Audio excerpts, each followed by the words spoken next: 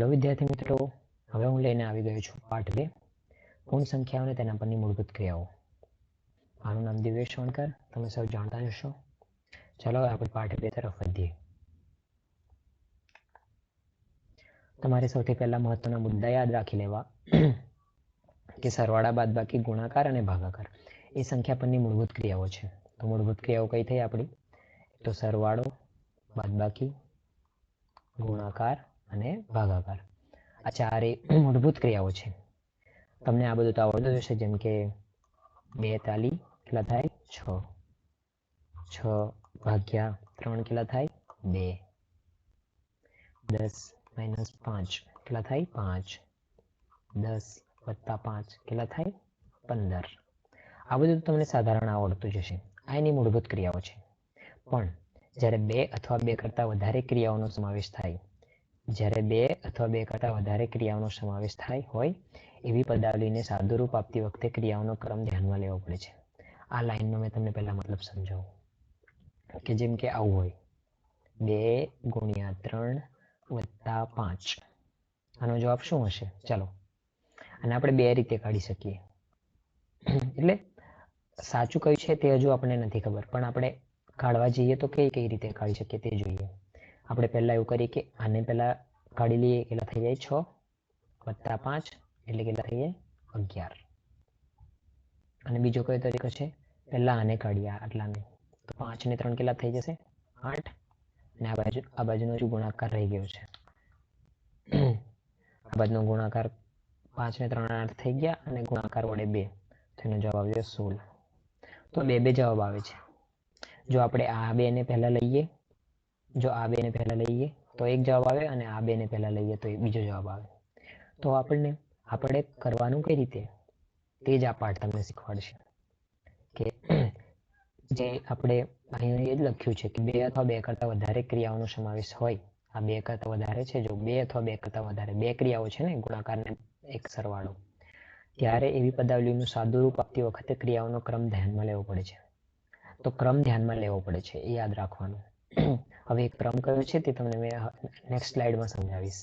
અને સાચો જવાબ આ છે, 6 ને 5 11 આ પ્રશ્નનો. પણ હવે એ કેવી રીતે આવ્યો, કેમ આ જ સાચો છે, તે બધું મેં તમને આની પછીની સ્લાઇડમાં સમજાવું.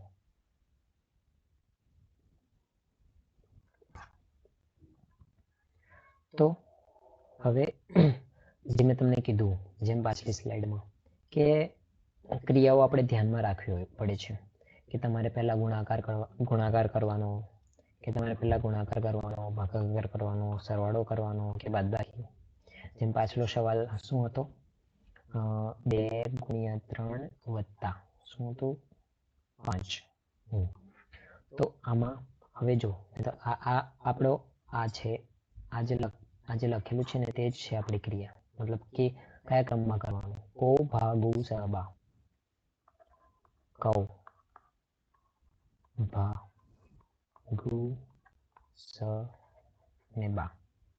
કૌ એટલે કૌંસ, એટલે જે આવા કૌંસ આવશે તે આ અથવા આવા, અથવા એક લીટી વાળા હોય છે, જે તમે કદાચ કદી જોયા નહીં હોય, પણ એ પણ હોય છે.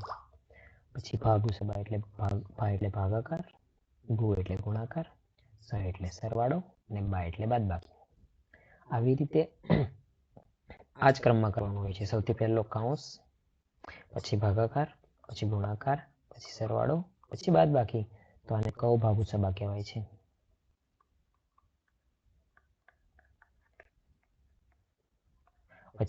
અહીં વચ્ચે ના પણ હોય છે, પણ એ તમારા કામનું નથી, એટલે તમે આટલું જ યાદ રાખવું, કૌ ભાગુ સબા.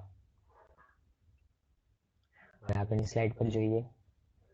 એની પહેલા આપણે આ જોઈ લઈએ. આ પ્રશ્ન હતો ને, આમાં જો શું મેં કેમ સાચો જવાબ પેલો કહેતો, આમાં કૌ ભાગુ સબા. બધા ના હોય તો જે હોય તે જ જોવાના. જેમ કે કૌંસ નથી, ભાગાકાર નથી, તો સૌથી પહેલા ગુણાકાર પકડો, તો આ સૌથી પહેલા થશે. તો 2 ગુણ્યા 3 કેટલા થાય છે? 6 વત્તા 5. હવે એની પછી શું? સરવાળો ને બાદબાકી, તો ખાલી સરવાળો છે, તો એનો જવાબ 11 આવી ગયો. આવી રીતે આવે છે. સમજાયું હવે? એટલે આ તમારે ખાસ યાદ રાખવું, કૌ ભાગુ સબા.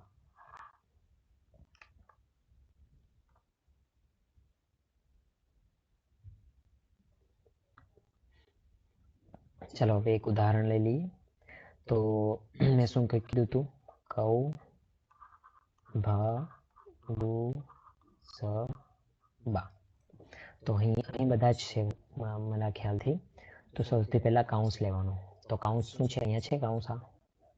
તો ચાલો સૌથી પહેલા એને બાકી બધું એવું ને એવું લખી દો અને કાઉન્સને સોલ્વ કરી દો. તો પેલા આવશે 8 - 5 3 વત્તા 5 7 -45 પ્લસ 10. હવે બધું થઈ ગયું. હવે આવશે ભાગાકારની વારી. તો ભાગાકાર ક્યાં છે? અહીં છે. તો 15 ભાગ્યા 3 કેટલા થશે? 5. કેમ કે 5 3 પંચા 15 થાય.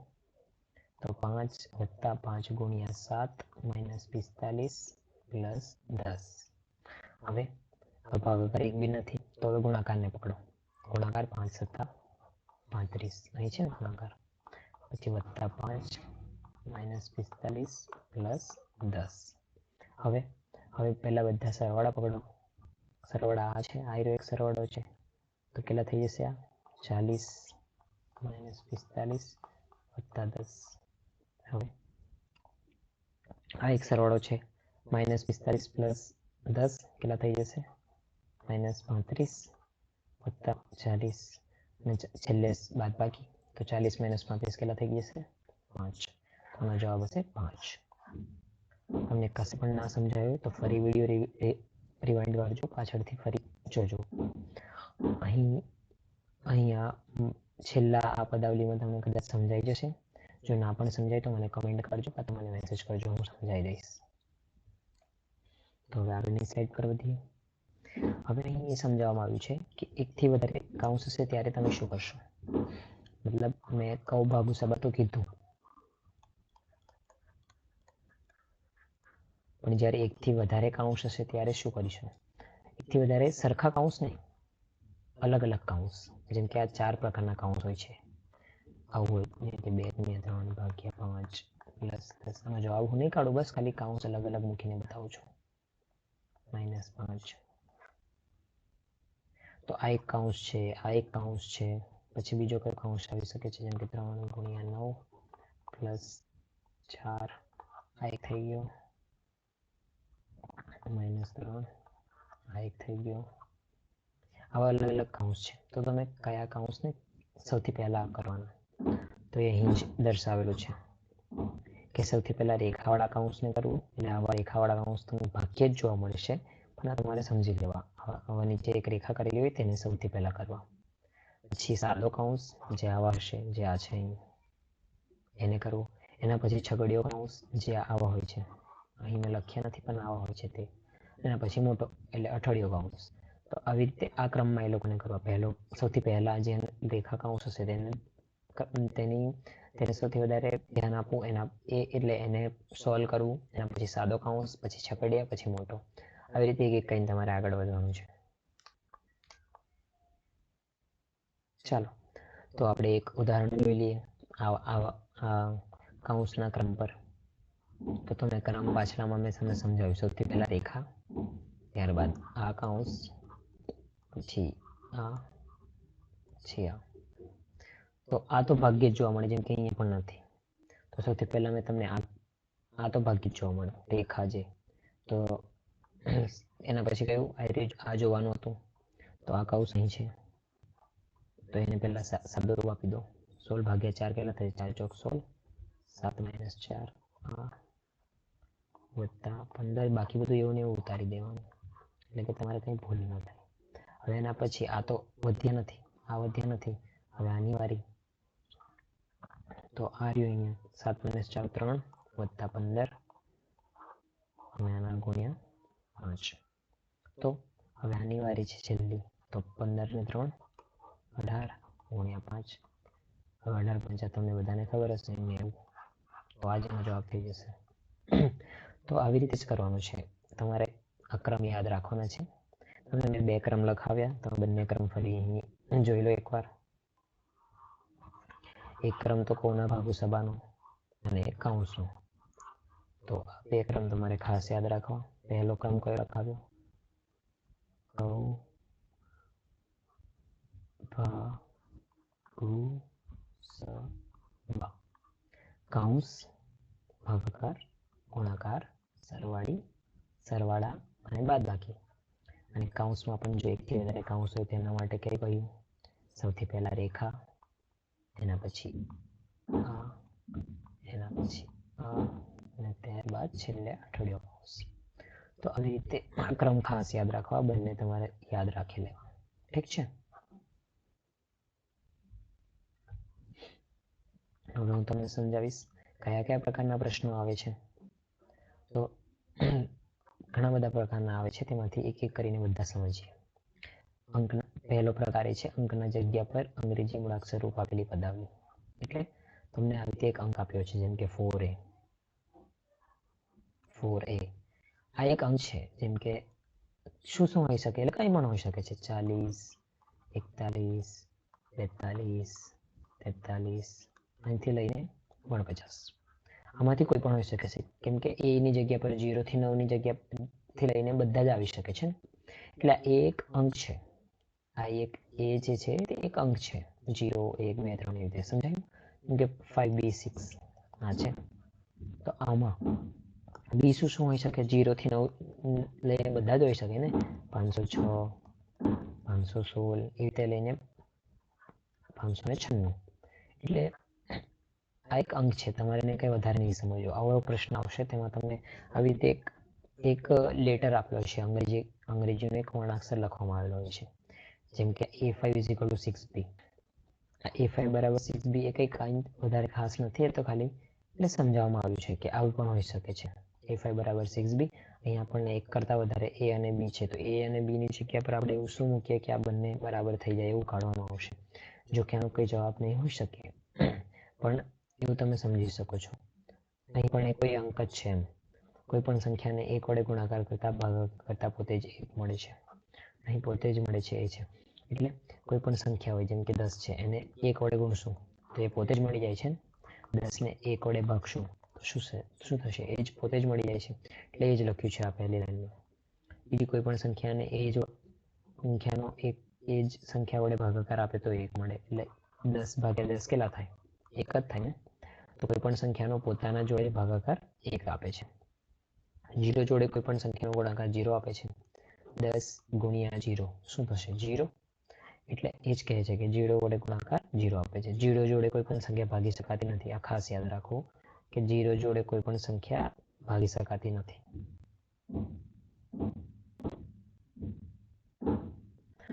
ચાલો તો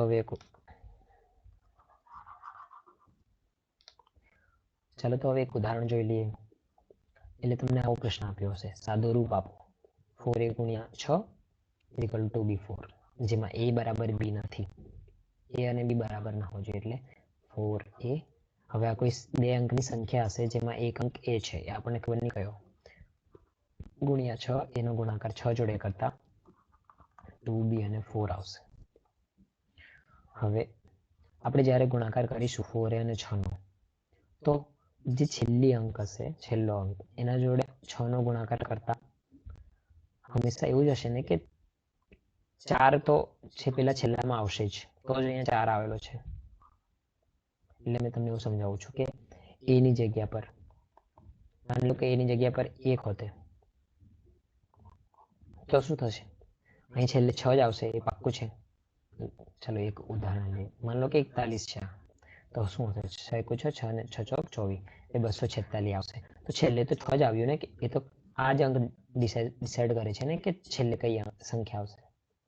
તો છેલ્લે 1 હશે તો આ 6 આવશે, 2 હશે તો અહીંયા 2 આવશે, કેમ કે 6 × 2 = 12 થાય. તો 1 હશે તો 6 આવ્યો, 2 હશે તો શું આવશે? એવી રીતે 6 × 2 = 12, એટલે 2 તો આવશે જ. આગળ શું આવશે તેનું કંઈ નક્કી નથી, પણ છેલ્લે શું આવશે તે છેલ્લે એટલે આ અંક પર.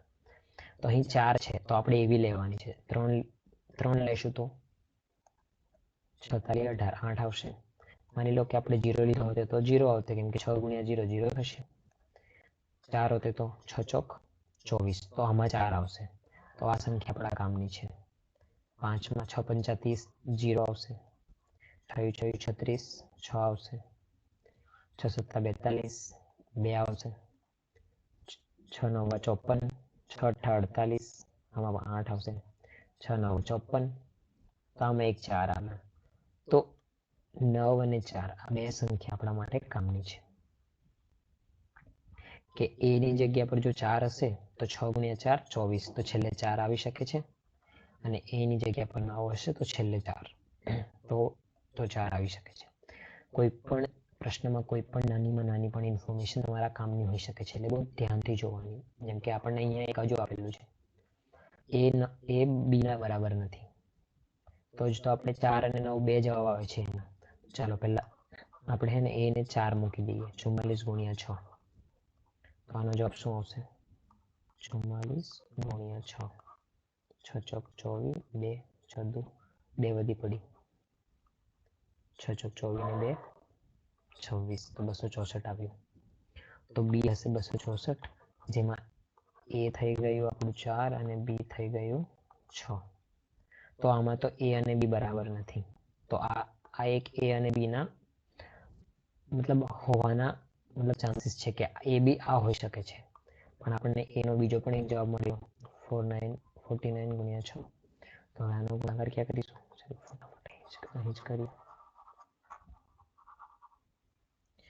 તો 49 ગુણ્યા 6, 6 9 54, 5 વધી પડી, 6 ચોક 24 ને 5 29.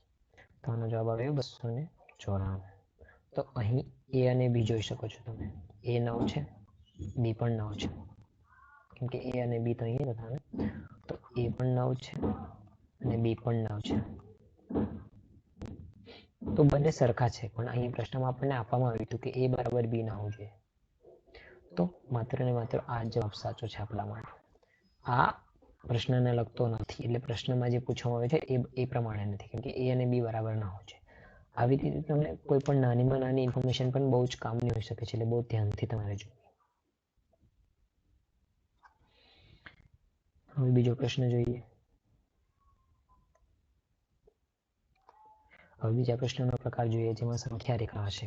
એટલે જો અહીંયા કેટલી લીટી છે, આ માની લો કે એક સ્કેલ છે, અહીં 0, આ 1 2 છે, 3 4 5 6 7 8 9 10 11 12 13 14, આ 15 આવી ગયું, 16 17 18 19 આ 20. એટલે એક લીટો એક બતાવે છે. અહીં અલગ અલગ 0 પર અ લખ્યું છે, 3 પર બ, 8 પર ક, 15 પર ડ અને 20 પર ઈ. હવે એવી રીતે લખેલું છે. તો અ બ ક ડ ઈ આ રાજમાર્ગ પરના ગામો છે. આ ગામ છે એવું માનવામાં આવે છે કે ચાલો આ માની લો કે આ એક ગામ છે, અ બ ક ડ ઈ. તો ક અને ડ એ બે ગામ વચ્ચેનું અંતર 21 કિલોમીટર છે. ક અને ડ એટલે આ અને કા, એના વચ્ચે કેટલું છે? 21 કિલોમીટર. 21 કિલોમીટર છે.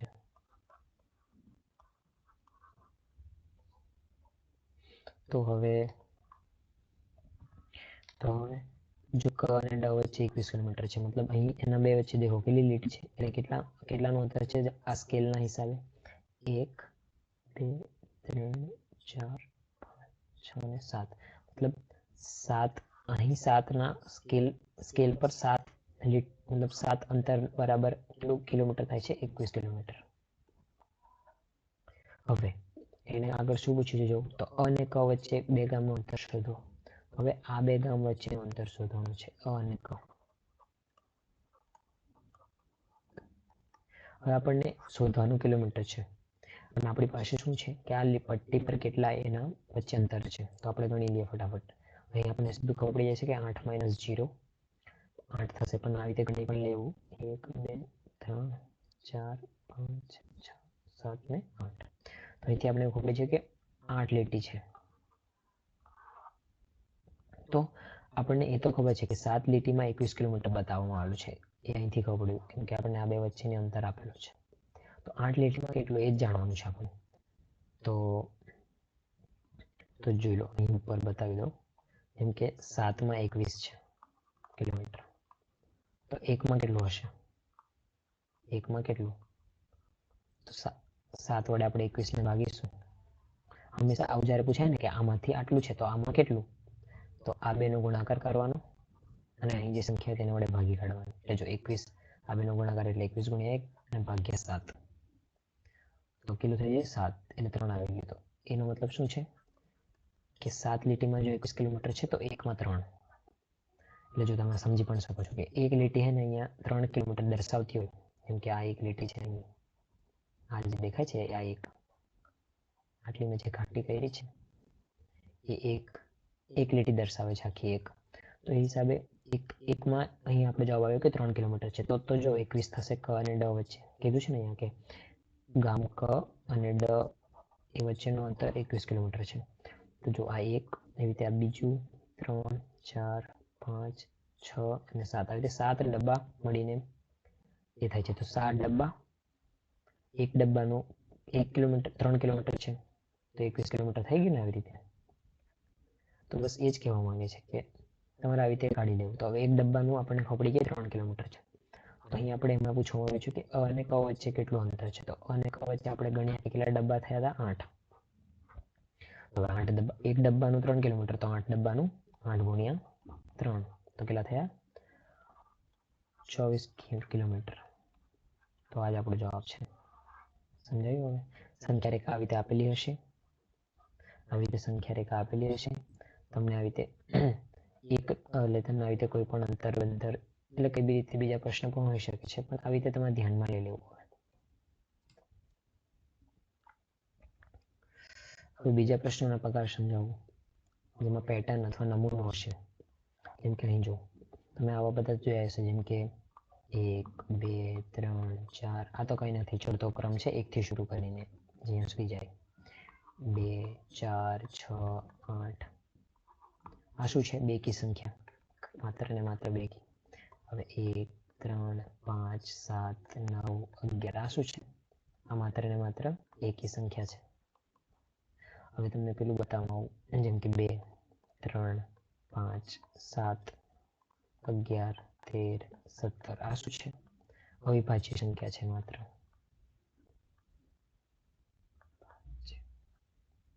તો એવી રીતે અલગ અલગ પેટર્ન હોય છે. તમારે શું પ્રશ્ન છે તે સમજાવો, કે તમને એવું પૂછવામાં આવશે કે હવે 1, 2, 3, 4, તો નેક્સ્ટ આની પછીનો કયો અંક હશે? તો ઓબ્વિયસલી કે તમને ખબર જ છે કે આની પછી આ ચડતા ક્રમમાં છે 1 થી લઈને, તો 5મો જ હશે. તમને એવું પૂછવામાં આવે કે 8 પછી શું સંખ્યા હશે? 0, 2, 4, 6, 8. તો તમને આ જોઈને સમજવાનું કે આ બેકી સંખ્યા છે, તો 8 પછી શું આવશે? 10 જ આવશે. હવે જો અહીં પૂછવામાં આવે કે આને 11 પછી શું આવશે? તો 1, 3, 5, 7, 9, 11, આટલી સંખ્યાઓને જોઈને તમને સમજાઈ ગયું કે કઈ છે. તો હવે આની પછી તો 13 જ આવશે ને? સાચી વાત ને?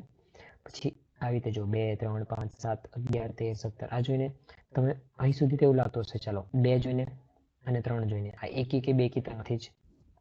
5, 7, તો હવે તમે જોશો કે 11, 13, અહીં બધા જ એવી સંખ્યા છે અવિભાજ્ય છે. તો 17 પછી શું આવશે? સાચી વાત છે કે 19 જ આવશે. તો બસ આવી રીતે નમૂનાઓ અથવા પેટર્ન જેને કહેવાય તે આવશે. તે તમારે ધ્યાનથી સમજવાના રહેશે અને એના જવાબ આપવાના રહેશે. તો ચાલો સૌથી પહેલા, અને આ બધા સાધારણ વાળા હતા.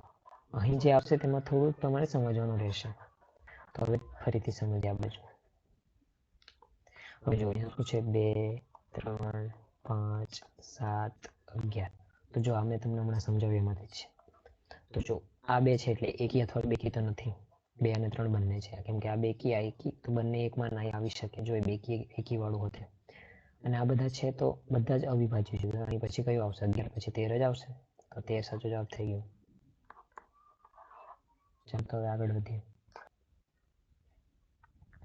તો જો તમને આ આગળના આવી અંકો સમજી શકો એના માટે આ બધી અલગ અલગ તરીકેની શ્રેણીઓ છે તે તમારે સમજી લેવી. જેમ કે આ પ્રાકૃતિક સંખ્યા છે 1, 2, જેમાં 0 નથી, આ ખાસ યાદ રાખવું કે 0 પ્રાકૃતિક સંખ્યામાં નથી આવતો.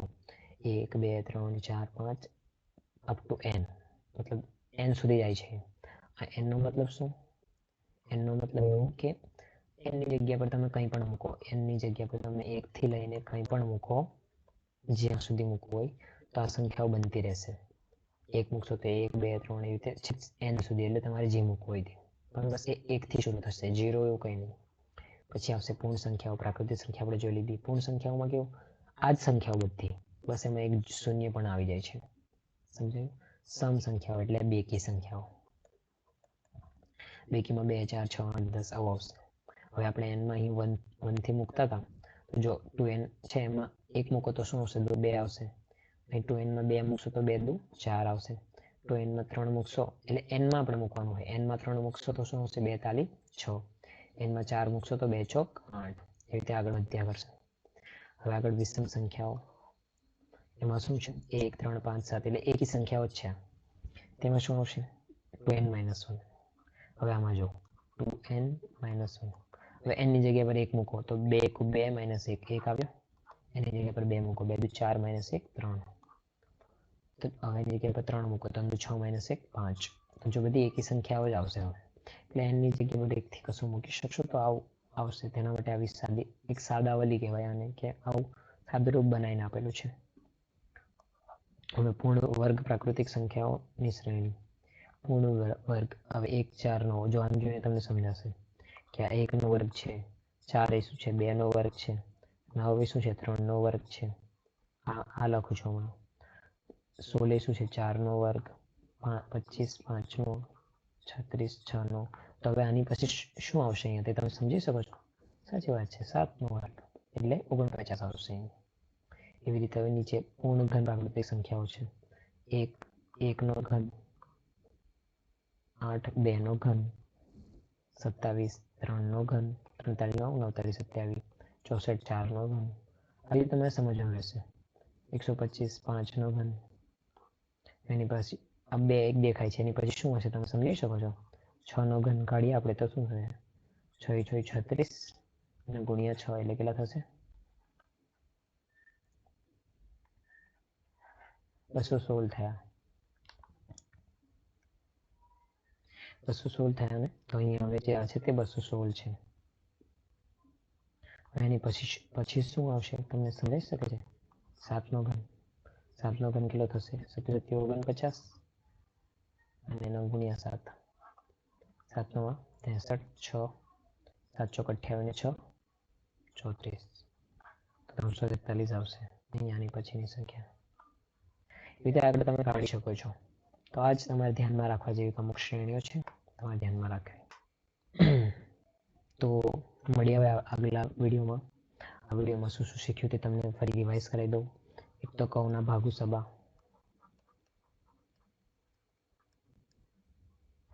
મેં તમને એવું કહ્યું કે ના તમારા કામનું નથી, એટલે કર્ણ ભાગુ સભા તમારે યાદ રાખવું. તો આને આપણે ભૂસી જ દઈએ અને કર્ણ ભાગુ સભા લખી દઈએ. તો મેં તમને સૌથી પહેલા શીખવાડ્યું કે કર્ણ ભાગુ સભા એટલે કૌંસ એટલે તમારે કયા ક્રમમાં પદાવલી ખોલવાની. તો પહેલો તો કૌંસ, ભાગાકાર, ગુણાકાર, સરવાળો, બાદબાકી. આમ એના પછી